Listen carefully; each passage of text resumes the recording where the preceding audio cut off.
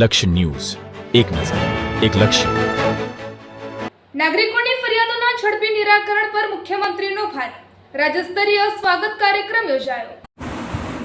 રાજ્યના નાગરિકોની ફરિયાદોના ઝડપી અને અસરકારક નિવારણ માટે મુખ્યમંત્રી ભૂપેન્દ્ર પટેલની અધ્યક્ષતામાં રાજ્યસ્તરીય સ્વાગત ઓનલાઈન ફરિયાદ નિવારણ કાર્યક્રમ યોજાયો હતો, જેમાં પાટણ જિલ્લા કલેક્ટર પ્રશાંત જિલોવા, જિલ્લા વિકાસ અધિકારી CL પટેલ અને જિલ્લા પોલીસ અધિક્ષક વસંત નાઈ ઓનલાઈન જોડાયા હતા.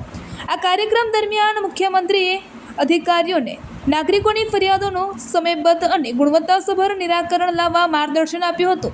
સાથે જ પારદર્શિતા, જવાબદારી અને પ્રજાલક્ષી અભિગમ સાથે કામગીરી કરવાની સૂચના આપી હતી.